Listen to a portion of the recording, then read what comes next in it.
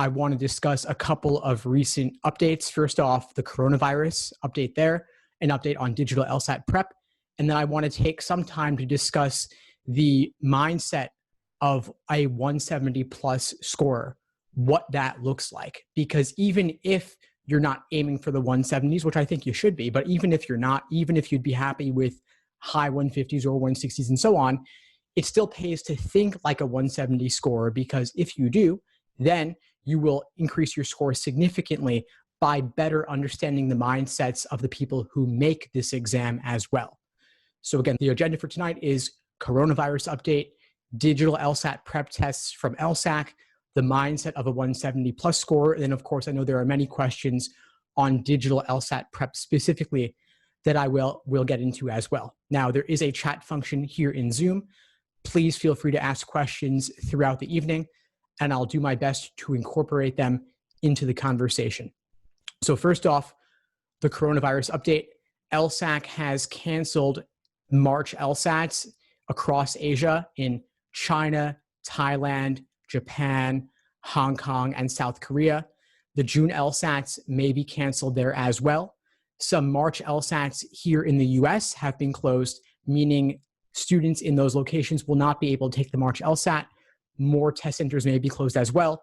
We'll see what happens as the situation unfolds. I think LSAC is closely monitoring the situation along with everyone else, of course. They have a page on their website linked on their homepage as well. I'm putting here in the chat if you would like to see more on that. But for anyone who's registered for the March or April LSATs pretty much anywhere, I certainly wouldn't count on being able to take it then. You might want to be thinking about June or July in addition or instead. We'll see what happens. For those of you who have already been admitted to a law school but might be retaking, you may have noticed, of course, that many admitted students' weekends at law schools have been canceled or been put online. If this is affecting you, I wouldn't let it impact your ability to connect with admissions officers, make a positive impression on them. And so if you want to set up a phone call with them or a video call simply to ask questions, that would be to your benefit, both to create a good impression and for you to learn more about the school as well. So definitely don't miss out on that opportunity. Law school admission officers are very accessible. They're very friendly. They want to help you. And they understand, obviously, if you can't visit the campus, especially these days. And so they will do whatever they can to share that information with you through another means. Digital LSAT prep tests. So LSAC has very recently just announced that they have put the vast majority of LSAT exams in the digital LSAT format. This new offering is called Official LSAT Prep Plus. They just released it last week. It's available through your LSAC account at lsac.org, specifically lawhub.lsac.org. I've put a link to it in the chat here, along with a link to an article of mine where I walk through exactly what it looks like. Basically, you're getting the vast majority of published LSATs in the exact same digital LSAT format. You'll be getting them on test day. This is the best way to prep for the digital LSAT, and it is available exclusively through LSAC on their site. It's $99 per year, but if you have a fee waiver or received one anytime in the past couple of years, 2 years, it will be free for you. So it's a great bargain, much cheaper than getting the exams in books of 10 and much cheaper than the previously available digital LSAT exams from private companies. So definitely well worth getting a subscription to that. I suspect that virtually everyone taking the LSAT will be getting an official LSAT Prep Plus subscription at some point over the course of their prep. If you're not ready to make the plunge on that yet, or you're just kind of feeling out the LSAT, learning a little bit about it, there are a couple of exams available through your LSAC account, specifically exams 71 and 73. And you can get 3 exams at familiar.lsac.org, but that's meant to be more of a familiarization tool just to show you what the exam is like in the digital. That's a recent update along with the coronavirus, of course. Now, the mindset of a 170 plus score, what goes into that process? So I have a lot of different thoughts on that. They're not necessarily cohesive. It's more just a general smattering of ideas I've had related to this, what I've seen that's worked for my students over the years, what I've seen that's worked for students in my courses, those I worked with one-on-one, and what I've seen from students elsewhere. Personally, I scored a 175 on the LSAT, but it took me a very long time to get there.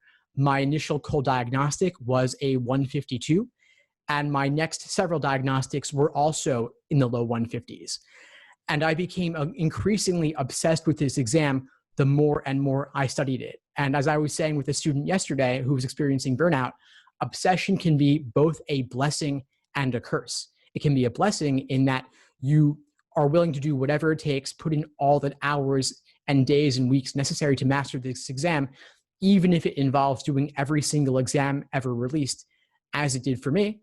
But on the flip side, the curse of it is that it can lead to burnout. And it can also potentially lead you to focus on the wrong things. What I noticed from students and what I've experienced myself back when I was studying is that you fall into this pattern of taking exam after exam after exam, measuring your results, being happy or sad about those results, and then moving on to the next one. And you might track your results in a spreadsheet or a Google Doc, charts and lists of questions you've gotten wrong. But if you're doing exam after exam, like maybe one a day or even more than one a day, you're not taking the time to fully understand them and learn from your mistakes. So my recommendation, instead of what I call this obsessive practice exam narrative, is to slow down, build the foundation first, and then review. My framework for LSAT studying is what I call the LASER approach to LSAT studying. LASER is an acronym that stands for learning, accuracy, sections, exams, and review. And it's the process that I see working for those who ultimately achieve top scores on the exam. Again, slowing down, building the foundation first. Learning, accuracy, sections, exams, and review. Learning is theory, reading textbook chapters, watching course lesson videos, building a basic familiarity with the exam. A is for accuracy, doing individual questions by type to better understand the proper perspective from which to view each one. S is for sections, doing individual timed 35-minute sections to work on your pacing. E is for exams and endurance, and R is for review.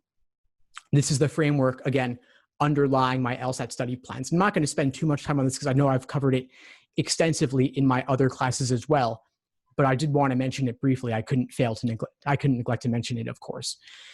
Now, review. What does review look like? The last stage of LASER. This is the part that I think is most often overlooked from the vast majority of people studying for this exam, but it really is the key to unlocking their success. And so I've put together what I call the Socratic review method, which is a framework for understanding your mistakes, why you made them, and how you can avoid them going forward.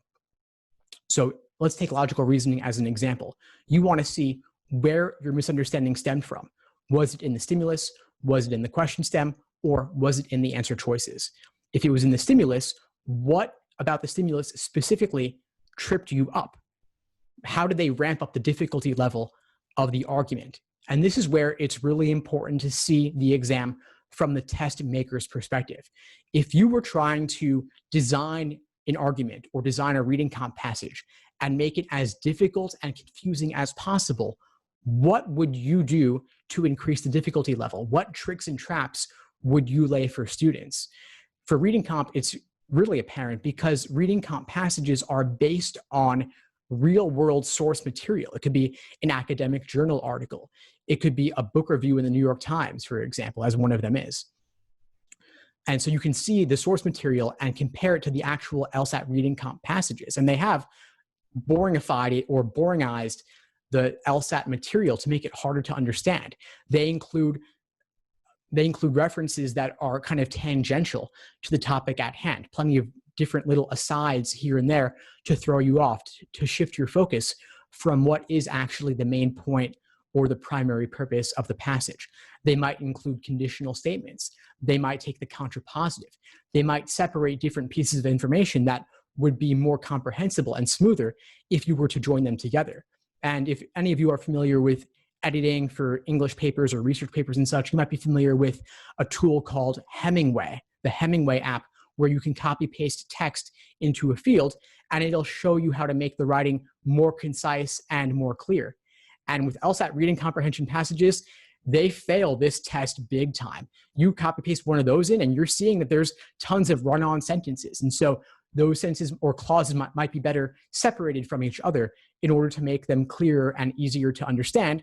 LSAT is doing the opposite. They're basically turning them into something pretty similar to legalese, where they're burying the main idea, they're burying the lead, and that is not by accident. That is very much on purpose. So to bring it back to your review process, which particular tricks that they were laid there for you to make it more difficult did you fall for? Was it including words like unless, except, until, or without?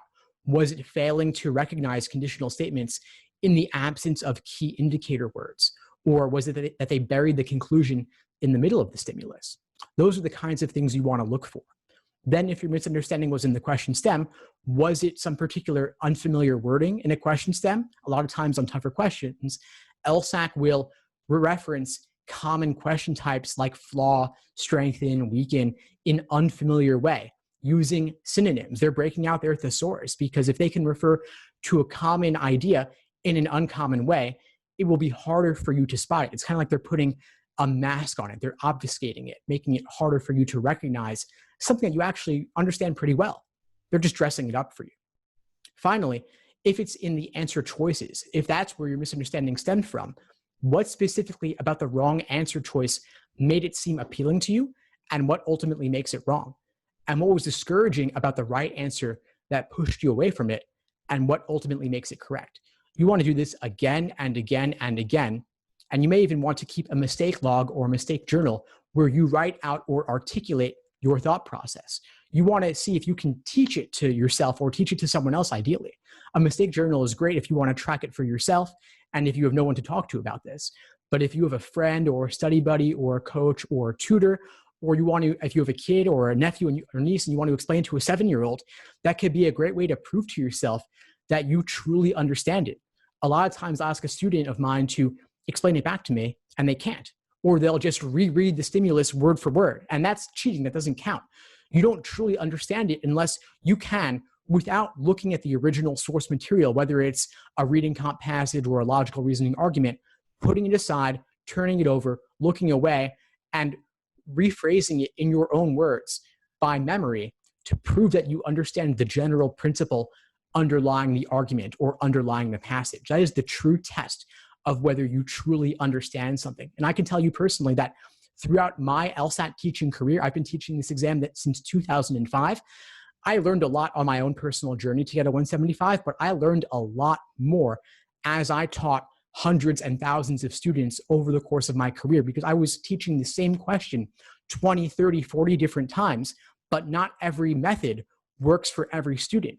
So I had to keep developing different ways to explain the same concept or different methodologies until I found the one that stuck. And so if you're trying to explain to somebody who's not studying for the LSAT or someone who's not scoring nearly as well as you, it might require you simplifying it, dumbing it down, reframing it in different ways, making analogies to make the point more clear. And as you do that, as you talk it out, you better refine your own thoughts. I believe that speaking and writing and teaching is a great way to clarify your own understanding of a concept. It's too easy if you are trying to review something to just on your own, to just look at the correct answer or look at an explanation or watch one and say, I get it now, and move on. This process does not take 30 seconds. It doesn't take 2-3 minutes. It may take 10, 15, 20 minutes or more. My rule for practice tests, Steve's practice test rule is maximum 2 timed exams per week and minimum 2 hours reviewing each exam. So max 2 tests per week, minimum 2 hours reviewing each exam. The reason for this is that you've got a lot of questions to review, and possibly more than you think that you do. Let's say you scored a 170 on a practice test, which is awesome. Most people probably aren't doing that consistently because by definition, 170 means you're in the top 3% of all test takers. But let's say hypothetically on a practice test, you got a 170. That means you got about 10 questions wrong on average. But there might have been another 10 or 15 that you weren't totally confident in, or you guessed and got lucky, you were down to 2 and got lucky, and it could have just as easily gone the other way the next time around. That means you've got 20, 25 questions to review, 20, 25 questions that you got to explain to someone else, articulate for yourself, or at the very least, write out in a mistake log or mistake journal. And I have an example of what that could look like from one former student. And I've put the example in the chat here of what his articulation looked like. And this is not the perfect way to do it. This is not the ideal explanation, but it is realistic. And I think any one of you could do something quite similar. Now, some other thoughts in terms of getting into the mindset of the test makers, getting into the mindset of top scorers. I want you to think about reverse engineering the exam to see it from the test maker's perspective, see how they would increase the difficulty level. And so rather than simply tell you my guesses or rehash what I said a little bit earlier, I think it could be useful for you to look at this on your own, because I actually, as part of my own personal obsession with this exam, I managed to befriend a guy who used to write actual LSAT questions for LSAC. And I've conducted a series of written interviews with him, as well as video interviews with him. And I've put links to those videos and written interviews here in the chat. They're available on the LSAT Unplugged YouTube channel and podcast. I put these out as a public service just to help people get more access to someone who's really quite rare to hear from. He describes the process by which LSAC trained him to write LSAT questions from scratch. And as you could imagine, they're quite picky about the questions they take on this exam. They're very tightly written. The people who write these questions are philosophy PhDs. And from reading LSAT questions and talking to this guy, I can certainly see how writing these exam questions could change somebody. And he really writes like an LSAT problem. The way he talks is like an LSAT problem, very precise, very articulate, and very specific with all the words he uses, and high-level vocabulary as well. It's not an easy job to get, and I have a lot of respect for the people who create this exam. They're very deliberate in what they do. So aside from this review process, or even writing your own LSAT logical reasoning questions or answer choices, another thing you could do that's probably a bit more accessible is writing your own LSAT logic games. I've personally written a half dozen or so of them myself, and I've enlisted a number of students to write their own logic games as well as exercises. And so I've put together a compilation of them, 10 of the best ones. The link to them is in the chat here as well. And so, I learned a lot personally by writing my own logic games. These are not just copies of LSAC ones with the topics changed. I wrote my own originally from scratch, although they were to some extent loosely inspired by real games.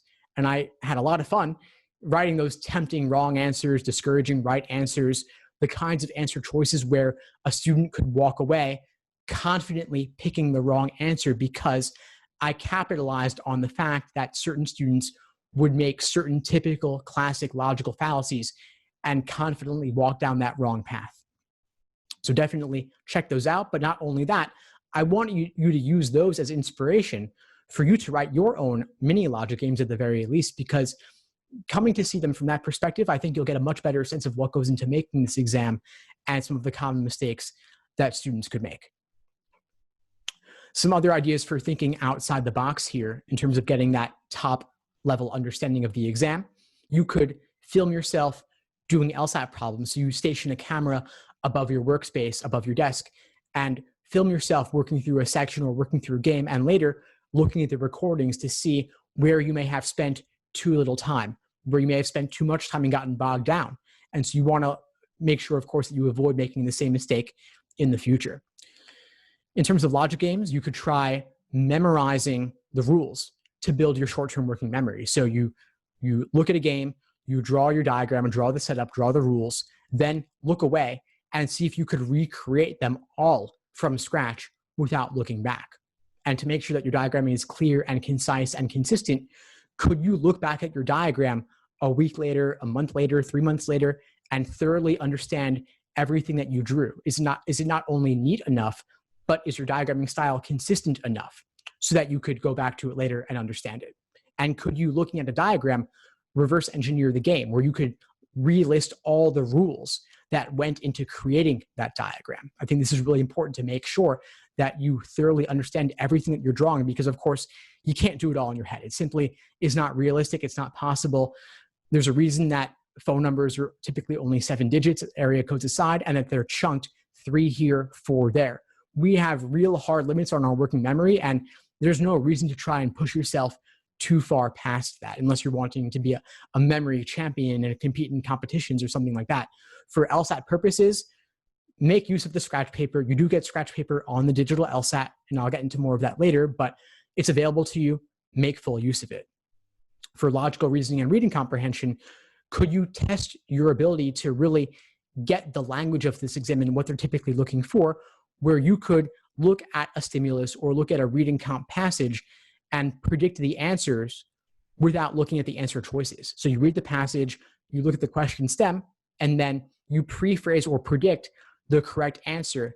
And only after you've written down or said out loud your own prediction, then you look at the choices to see, is this what they were going for? Is it what they had in mind? And how does your articulation differ from LSACs? LSACs, of course, as a way to make it harder, will be typically quite unappealing and not the way that you would have ideally worded it, but can you then match your articulation to LSAC's articulation? And over time, can you try to make your wording more like theirs, or at least understand how theirs relates to yours? On the flip side, could you, and this is really outside the box, could you, without reading the passage, read only the question stem and the choices, predict what the answer might be? And you might say, how could I possibly know the answer if I haven't looked at the source material, right? But the thing is that LSAC's correct answers have a certain rhythm and a certain pattern to them, and it typically involves not being too extreme a lot of the time, right? The tone will never be totally one way or totally the other way. It might be something like qualified approval, for example, so rather moderate in nature. And then for necessary assumptions and sufficient assumptions, there are certain patterns associated with those question types that I could get into in another context. But the idea is that there are certain degrees of tone or how extreme they are in what they're looking for, and you can use that to your advantage. Finally, for logical reasoning, when you see all that abstract or vague language, could you define it out of context? So when they say things like they're presupposing what they set out to prove, do you know what that means? Could you summarize it? Could you rephrase it more simply? Or words like in phrases like counter premise, subsidiary conclusion, and so on. Can you note those shifts in degree of certainty in the categories of things they're discussing? Can you note absolute versus relative comparisons, things of that nature? The last thing I'll say, and then we'll get into digital LSAT specifically, of course, is that the general mindset I found to work best for this exam is to be extremely critical and skeptical of arguments, to not take things at face value, and to recognize how little it is that we actually know and we can actually infer based upon a given set of facts.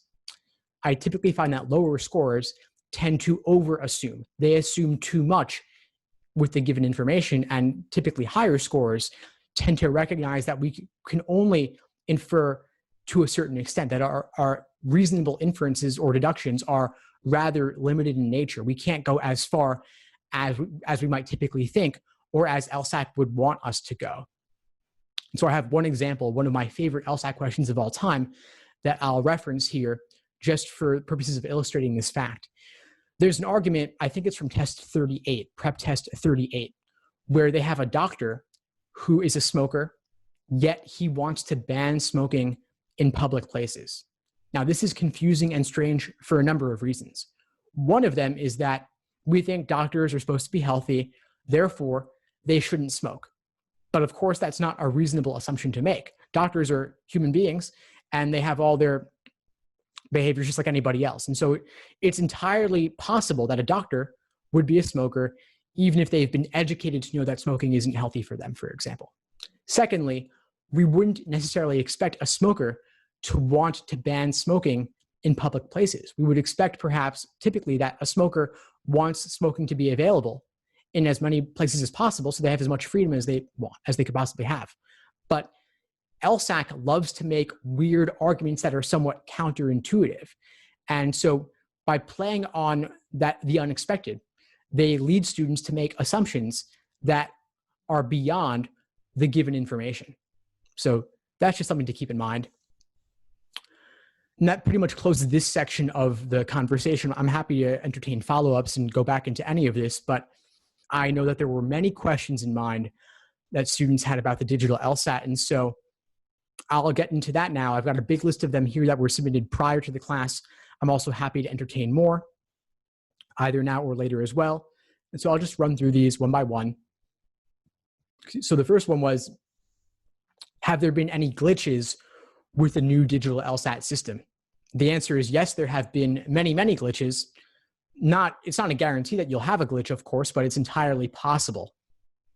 Some of the problems include tablets freezing, tablets crashing, the Wi-Fi at the test center not working properly. And all of that, of course, is entirely out of your control. The digital LSAT rolled out in July of 2019. It went full out in North America in September 2019. And since then, there have been a couple of LSAT administrations, each of which has been plagued by a number of digital LSAT tech issues or glitches. But LSAC is doing everything they can to reduce the number of issues. And of course, I think there shouldn't be any issues at all. I think they should have tested this more thoroughly before rolling it out. But they have their own timetables and they don't always move as quickly as they should or as we would like them to. And so hopefully the problems will become less and less with time. One thing you can control, though, is that the issue of glare on the tablet screens. And so when you walk into your test center, there may be fluorescent overhead lighting that creates a glare on your tablet screen. And you can tilt it to varying degrees. And that if you tilt your tablet screen, that may reduce the glare based on the angle of your tablet interacting with the overhead lighting. But if after you walk in, you are not able to tilt the tablet to a degree that makes it workable for you, before the test actually starts, raise your hand, speak to the proctor, and ask them to move you to a different seat. Explain the issue, and they should be able to address it. But of course, you don't want to bring this up when the exam has already started and the clock has started ticking. Better to address it sooner rather than later. And so that's really, I think, some of the biggest issues you might face with the digital interface specifically. Other problems in general that don't relate to the digital LSAT might be noise from outside, noise from the proctors. If you're taking the LSAT in the fall during a homecoming game on a college campus, of course, you may experience noise, and all of that, of course, is once again out of your control. If you face this as an issue, then of course I recommend you raise it to the proctors immediately, see if there's anything at all they can do. If not, then all you can really do is retake. You can write an addendum on your law school application, tell law schools about it, but the numbers are the numbers. Law school admissions is primarily numbers-based. It's your LSAT, then your GPA, then everything else. And so the answer I've heard from talking with countless admissions officers about this is simply retake, get the higher score. They don't really want to hear excuses. They know about the issues, their understanding of the issues, but at the same time, the numbers speak for themselves, and they never really know what you could have done unless you actually get the number itself. When it comes to prepping for the new digital format, what should you focus on? I think the biggest thing is get a tablet and practice with it. The digital LSAT is administered specifically on a Microsoft Surface Go 10-inch tablet. You don't need to get one of those specifically. Any old tablet would be fine. A Samsung, an iPad, an Amazon Fire. Any of those is perfectly fine, and those are the best way to prep for the digital LSAT specifically. On LSAC's site at familiar.lsac.org, you can do a few exams there. There are many more in the official LSAT Prep Plus, of course, and doing it on a computer doesn't really do it justice because you lose that touchscreen experience, the interactivity. So definitely recommend getting a tablet. If you can't get one, it's not in your budget, or for whatever reason you don't have access to one, I would say borrow one or buy it and then return it. There truly is no substitute, and it is not very smartphone friendly, so I wouldn't really try to do it on there. And you're really doing yourself a disservice if you don't make yourself as familiar as possible with what the digital LSAT will be like. And I don't want to overstate the importance of this because it really is just a format thing, not a content thing. The content of the exam has not changed at all. It's still one section of games, 2 of logical reasoning, 1 of reading comp, then the experimental. But there are certain things you can do on paper that you can't do on a tablet. And namely, you can't draw freehand on the tablet the way you could on a piece of paper. And so if you're studying out of books, treat your books like screens. Don't write on them. The digital LSAT features on the Microsoft Surface Go tablet are limited to highlighting and underlining and changing the text spacing, things of that nature. Really not anything much more than that. So you have a highlighting tool where you can highlight in 3 different colors, orange, pink, and yellow, and then you can underline, but you cannot both underline and highlight the same text. And the problem here is that the tools for highlighting and underlining are not precise enough. So you might be trying to highlight one keyword, and instead you highlight 3, or you click and nothing gets highlighted at all. So personally, I'm not recommending students do any of that. I would just leave it alone and not count on it, and instead do all your work on the scratch paper to the side. You get a booklet of about 12 to 14 pages that is 8.5 by 11 paper, unlined, and you do all your work there. So diagramming for logic games, any note-taking for reading comp, anything for logical reasoning if you want to. You're doing all the note-taking there to the side. You can't do any notes on the digital LSAT itself, so I wouldn't count on them. But yeah, those highlighting, underlining, I think it's more trouble than it's worth. I think it's overly time consuming, and you still got the same 35-minute time constraint per section like you did previously. As for the timer, there is a timer on the tablet. It's on the upper right. It counts down from 35 minutes, and you can remove it until you get to the 5-minute warning. Once there's 5 minutes remaining, a big box pops up that you must click OK to move on so that they know that you've seen it. And then the countdown timer stays there. This is kind of nice because it removes all the ambiguity about what you would be doing, about progress potentially messing up on the timing. So that's kind of nice. And bubbling no longer takes time to slowly fill in with a number 2 pencil. You're instead simply clicking or tapping and it's done. They do give you a stylus that actually has a pen on the other end for your note taking. So you could tap it, but that's pretty much it. Now, you might think that with the digital LSAT, you get your scores back immediately, since you do for the GRE and the GMAT, but the LSAT is not like that. You still have your typical 3-week score wait until you get the score back. And I hope that this will happen faster with time. And they could, at the very least, give you a raw score conversion of what your score should ultimately be, but they don't for now. For now, you still got to wait the 3 weeks, and that's because LSAC does all kinds of detailed data analysis to make sure that students performed on the questions as they had expected, given the varying difficulty levels of different questions and the overall average difficulty level they want to achieve with that particular test form. So you do still have to wait a few weeks, not any faster than it was in the past. So during that time, I'll typically recommend that you, of course, try to busy yourself with other things, distract yourself, try not to obsess over it. Certainly don't spend too much time on forums because it can just stress you out even more. Work on your applications, work on your personal statement, getting your letters of recommendation together, and also take a break because you deserve it. You've been working really hard up to this point before the exam itself, I would imagine. And so anything you can do to take it easy or catch up on other things, definitely take advantage of that. Now, the writing sample. So the writing sample is digital as well, and you're no longer doing it at the test center. Instead, you do it later on your own time from home.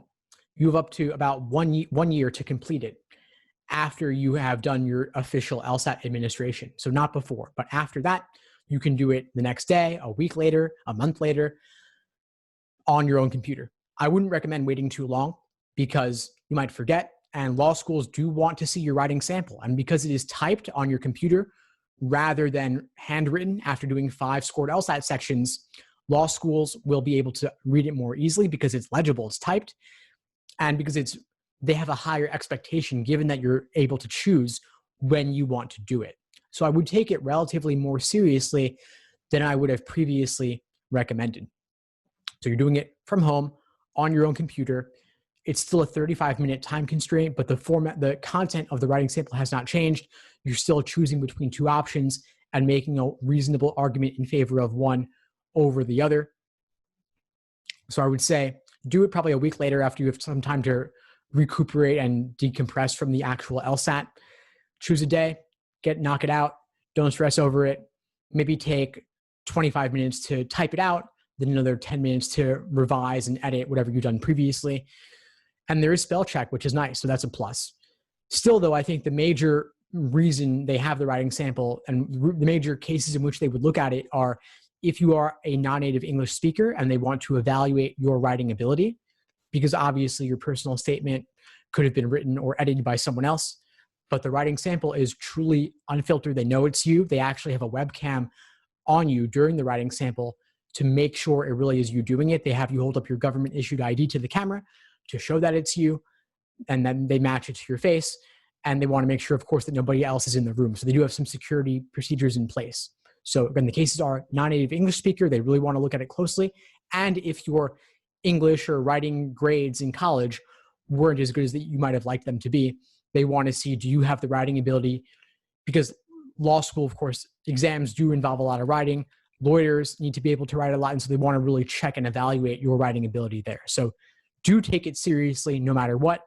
It probably can't help you a ton, but it could hurt you if you don't do a great job on it. So really do give it your full effort. But again, 35 minutes, you choose when to do it, so make the most of it. Finally, the last question I had here previously submitted was on the pricing. So digital LSAT pricing, what is it? It is $200. It is the same pricing as the paper and pencil LSAT. It has risen quite a bit over time, but it is what it is. And with a fee waiver, if your income meets the requirements, you could potentially get a couple of administrations for free, in addition to getting the official LSAT Prep Plus, those digital LSATs, getting those for free. So that's something. And I know it's a lot. Nobody likes to give LSAC more money in fees, but if you think that you'll need to retake, I would make the investment, because if you could get even a single point or two more on the LSAT as a result of retaking, that could translate into tens of thousands of dollars in scholarship money or getting into a better law school. So retaking or taking it again is really a no-brainer from that perspective, even if it is costing you the $200. And if as test day gets closer, you feel like you're not ready, if you can postpone your date before the deadline, you could potentially keep at least some of your registration fee and apply that towards a future LSAT test date. So I'm happy to entertain more questions on anything I've covered up to this point. But I do have a number of questions here in the chat that I will address now. One of them is with regards to setting up a study schedule. Of course, I covered my framework, laser, learning, accuracy, sections, exams, and review. And at the link I share with you in the chat, I have some free week-by-week schedules available to you. And I have, of course, special study plans associated with my courses that are customized to the courses, showing you exactly which course lesson videos to complete before doing relevant practice problems of that type. So that would be my first starting point there. Of course, they are just general frameworks. You will always want to adapt any study plan to your own personal situation. So my study plans involve games, then reasoning, then reading comprehension, building on each portion. So I'll say basically, read these articles, watch these videos, then complete these specific LSAT problems out of these exams. And I'll say do the ordering games, then grouping, then combination games, but because that's generally easy to hard. But within each category, I'll say do the easiest ordering games, then the intermediate ordering games, then the toughest ones, then easy grouping, moderate grouping, difficult grouping, and so on. Then I'll start with logical reasoning once we get to that, but I'll still mix in games along the way so you don't get rusty on them. And then finally, I'll pull it all together with reading comprehension, then full-length timed exams, and of course, review within that laser framework. As far as making the investment in materials, again, just like registering for the LSAT, it's worth the investment. If you think a single resource could help you, whether it's $20 or $50 or $100, if it gets you another point or two that translates into $5,000 in scholarships or $10,000 in scholarships or getting into a better law school, the ROI on that over the course of your entire career is huge. And so anything that helps you even just a little bit, either helps you save time or avoid doing the wrong thing or give you a clear and concise plan of attack, to me, that's a no-brainer. So definitely take advantage of whatever resources that you think could help you. And many resources, mine included, typically include money-back guarantees. And so there's really no risk involved if you think something could help you, whether it's my study plans or my explanations or my courses themselves even.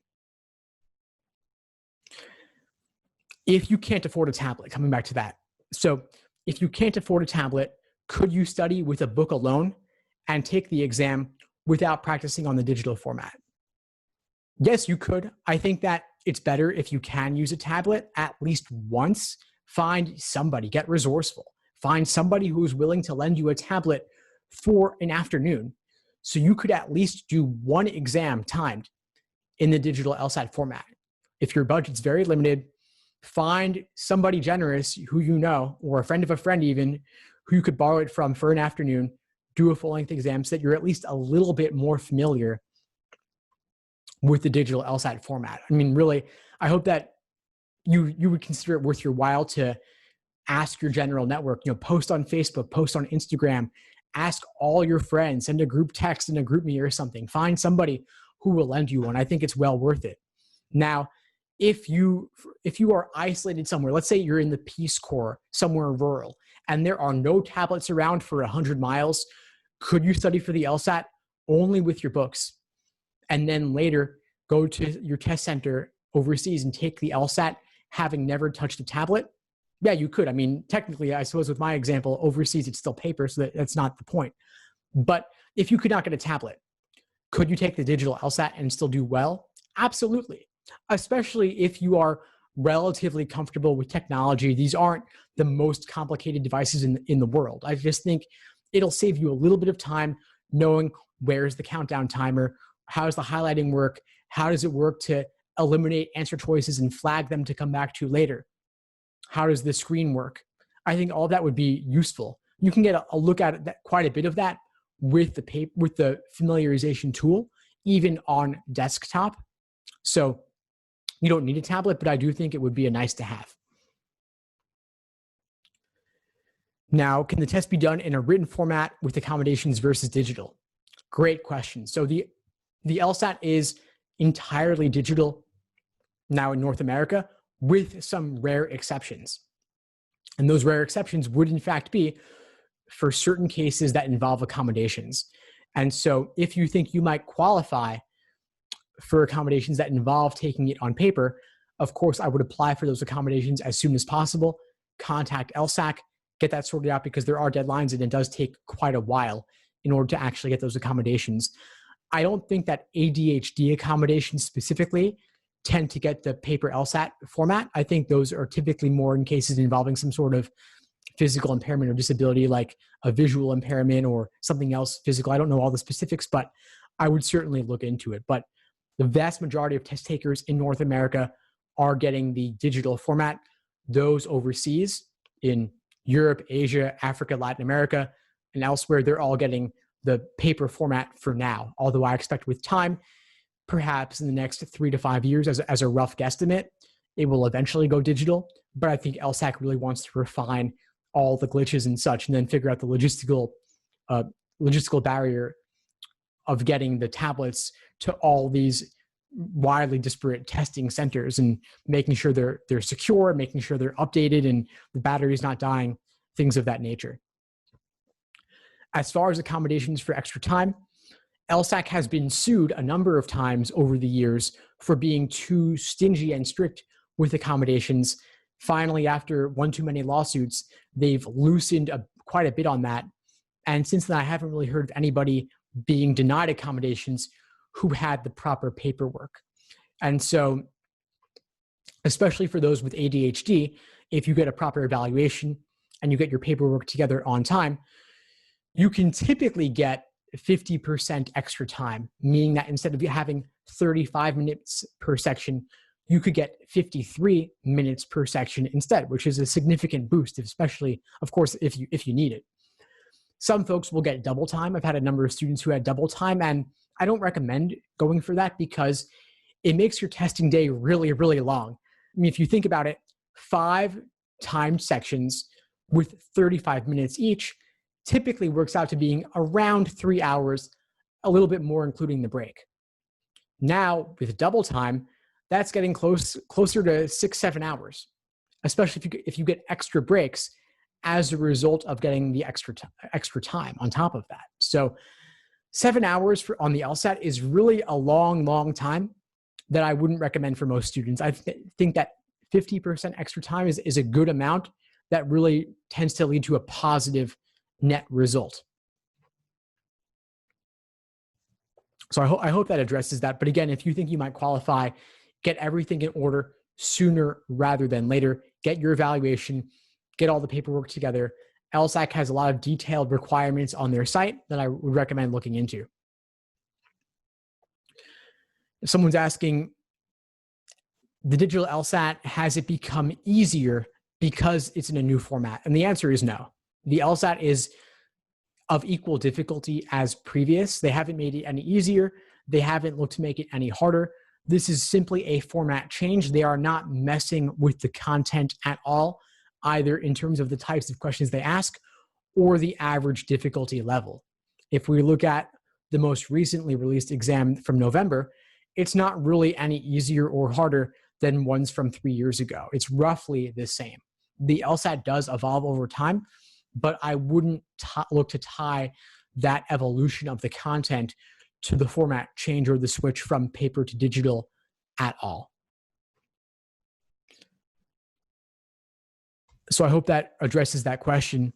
Someone was asking about in-person courses in New York City. And I'd say, honestly, these days with coronavirus, I don't think in-person courses are really happening too much anymore. I think that obviously there are some currently scheduled, but I suspect that over time, a lot of those will be canceled and go online instead. I'm personally not holding any in-person courses, although I did quite a few last year, just because I don't really know what's going to be happening in the next month, next 3 months. And most in-person events are typically being canceled or postponed these days. And so I think prepping online is probably the most reasonable course of action that you can count on. And there are many, many more online courses available than ever before, of course, mine included. So definitely, I would say stick with those for now. You could potentially look into in-person if you're planning on later this year or the following year, but I wouldn't count on it in the short term. Reviewing reading comprehension, I talked about the Socratic review method for logical reasoning and context there. For reading comp, I think a lot of the same ideas would still apply. So looking at where your misunderstanding stems from, the passage, the question stem, the choices, looking at the tempting wrong answers, discouraging right answers. And for reading comprehension in particular, I would say that they're really good at making the right answer seem especially unappealing in reading comp more than any other section. It's typically not the way that I would have worded it or that most people would have worded it. So I would see to what extent you can match your pre-phrase back to the language or the wording in the given answer choice. And a lot of times, for the wrong answers, they will make it half right, half wrong. So the first half of the choice looks pretty good, but then there's typically one key word in the second half of the choice that makes it technically wrong. One little word where they get a little bit too extreme or push the limits a little bit too much. So, for example, they might shift the degree of certainty from being sometimes or many times or most times to always, or broadening beyond the category of things they were discussing. So rather than saying, for example, all people who take the LSAT, they could be saying all people in general. Big difference between those two, obviously. All people who take the LSAT is a qualified grouping. They're limiting the scope of what they're talking about. But to then zoom out and make a claim about all people in general is far too extreme. But because they're oftentimes using a lot of the same language or the same phrases, it seems like a match, but in reality, the meaning is not the same. It's not equivalent in meaning. So that makes a big difference. As far as books to use, I recommend sticking with the actual official LSAT prep tests published by the Law School Admission Council. If you're looking for the printed books, they're available in books of 10 for about $20 each.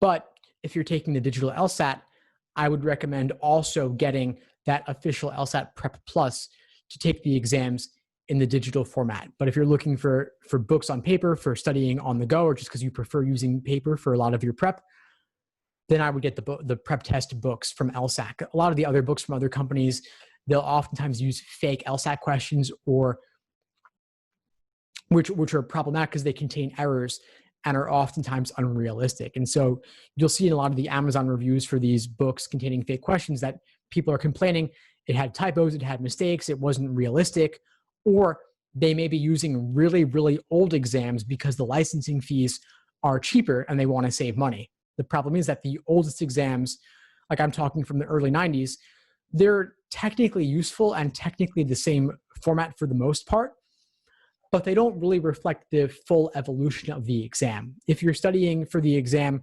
within the next, looking to take it within the next 3 to 6 months, I would typically recommend limiting yourself to exams published this millennium, exams administered this millennium, which would be exam 30 or so up to present. And we're now currently at exam number 89.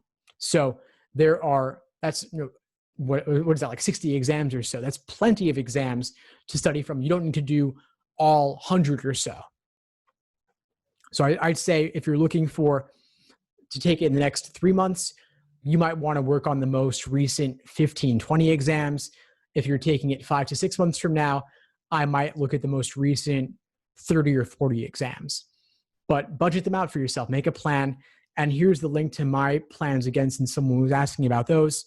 I've got free week by week ones. I've got paid day by day ones. And of course, for the students in the courses, I have special study schedules for course students as well, showing you how to use the course video lessons in conjunction with the study plans.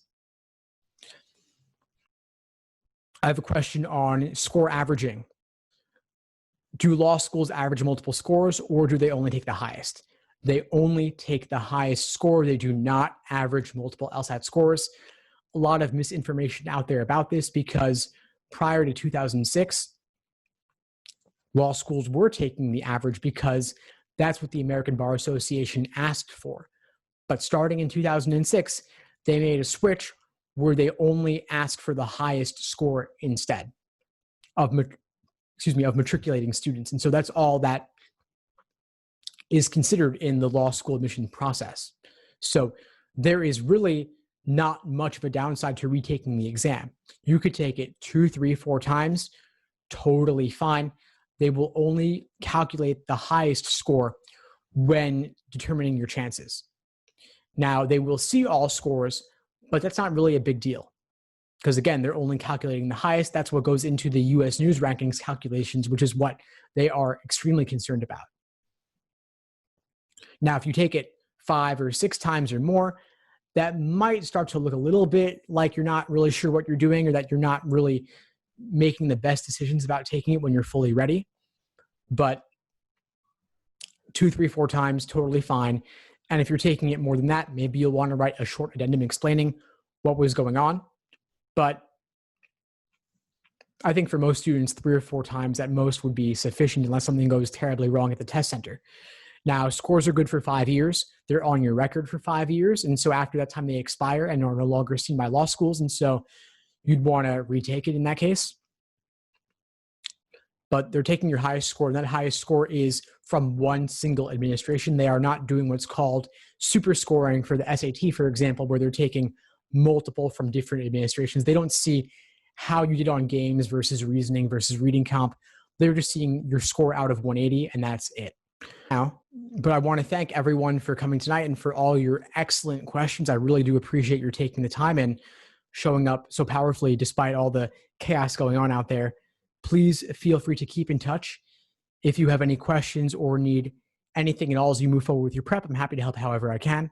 Again, I've got the LSAT blog, the LSAT Unplugged YouTube channel and podcast, and I'll send an email afterwards with some follow-ups with more resources related to that. So again, thanks everyone for coming, and have a good night, everyone. Take care. Thanks for tuning into the show. Please subscribe if you haven't done so already to be notified of new episodes as I release them. And feel free to reach out if you need anything at all as you move forward with your prep. I'm happy to help however I can. In the meantime, I'll wish you all the best and take care.